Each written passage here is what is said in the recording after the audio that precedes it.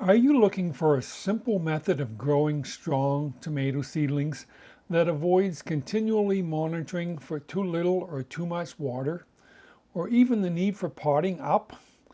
Then double cupping is for you.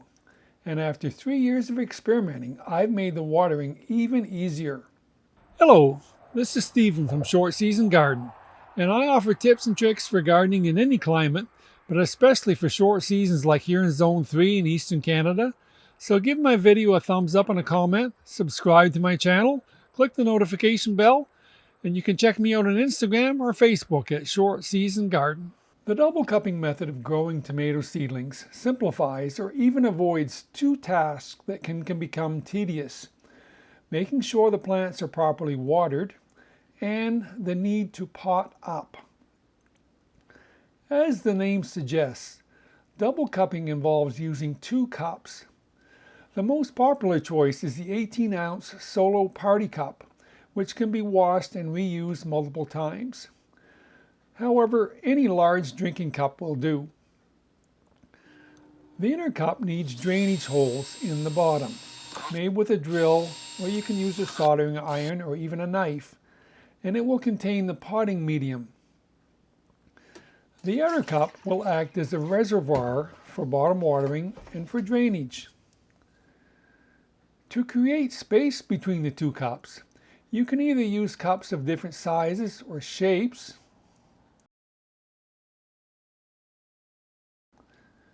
or you can just add a pebble to the bottom cup.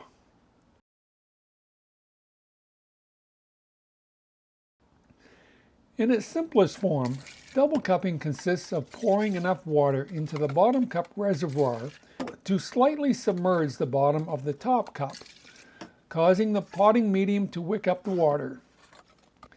You leave the water for 15 to 20 minutes, and then you empty the bottom cup, allowing the excess water to drain. The root of the plant goes downward, seeking the water, creating a nice, healthy root system. Any spillage remains in the bottom cup, avoiding any mess. My first year of double cupping brought nice, strong seedlings that transplanted nicely, but the watering process was a bit tedious. I decided to improve the system by using wicking material, such as pieces of fabric or discarded row cover, pushed up through one of the drain holes and extended into the bottom reservoir of the bottom cup. I then replaced the bottom cup with a transparent one that fit tightly enough to leave a good-sized water reservoir. Each bottom cup now had enough of a reservoir to contain the water without drowning the roots in the top cup. The water now wicks up into the potting medium as needed, never overwatering or underwatering the seedling. All that was needed now was a quick glance every day or two to see when the reservoirs needed replenished. The two biggest drawbacks to this system are that the cups do become top heavy and can be easily knocked over. Plus, it does take a few minutes to add water to each reservoir individually. I decided that my system could use another upgrade. First, I bought some plastic totes to hold the cups together. Next, I replaced the fabric with a cotton cord. I pushed a loop of the cord up through one of the drain holes, making sure it looped well up into the cup, cutting it long enough to extend down to the bottom of the reservoir. Once I had the required length, I was quickly able to measure off a bunch of cords.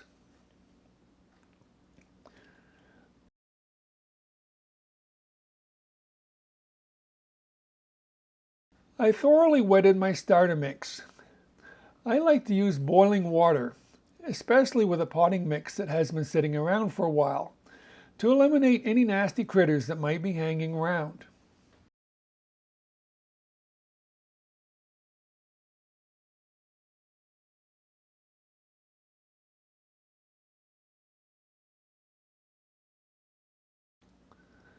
Holding the wicking cord to the side of the cup, I added about 2 inches of starter mix to each cup.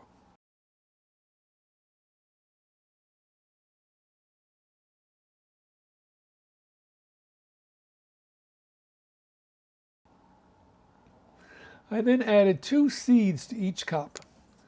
Tomato seeds are expensive, but I saved my own, and these seeds were several years old, so I wanted to make sure there was at least one viable plant in each cup.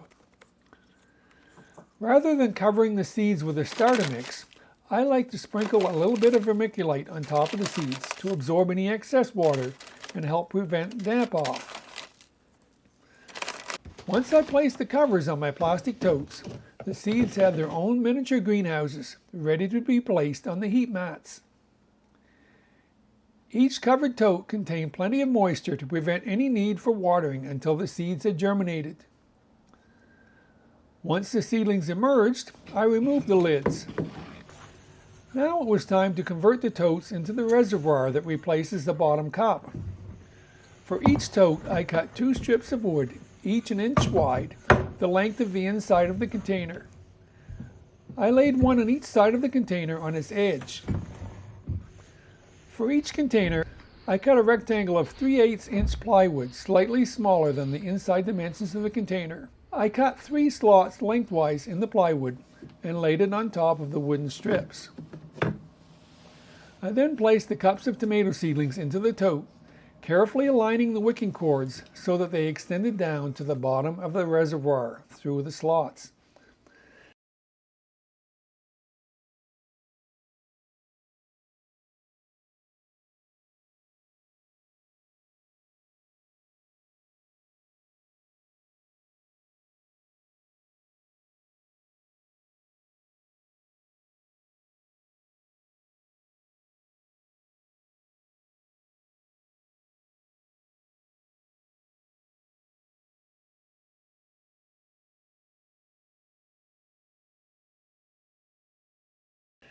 Now the tote acted as the bottom cup, if you will, to all the cups.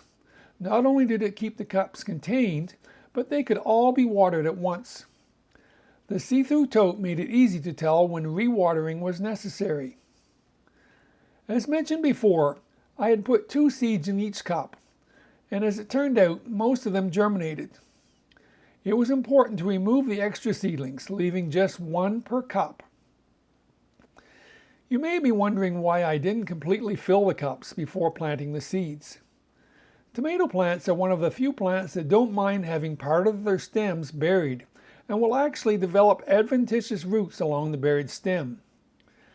There is no need to pot up the seedlings. Simply add soil around the stem to fill up the cup. Opinions vary over the advantage of planting this way, but I find it develops stockier and less leggy plants. Of course, if you are starting peppers or other types of plants, you will want to be sure to fill the cups to the brim before planting. With these totes, I had all the advantages of double cupping where the plants never get overwatered or underwatered without the tedium of watering individual cups. All that remained was to harden the seedlings off and get ready to plant them in my self-wicking planters in my DIY hoop house. I have several videos on those that I hope you will check out as well.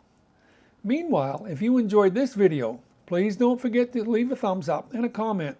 Subscribe to my channel if you haven't already, and we'll see you in the next video.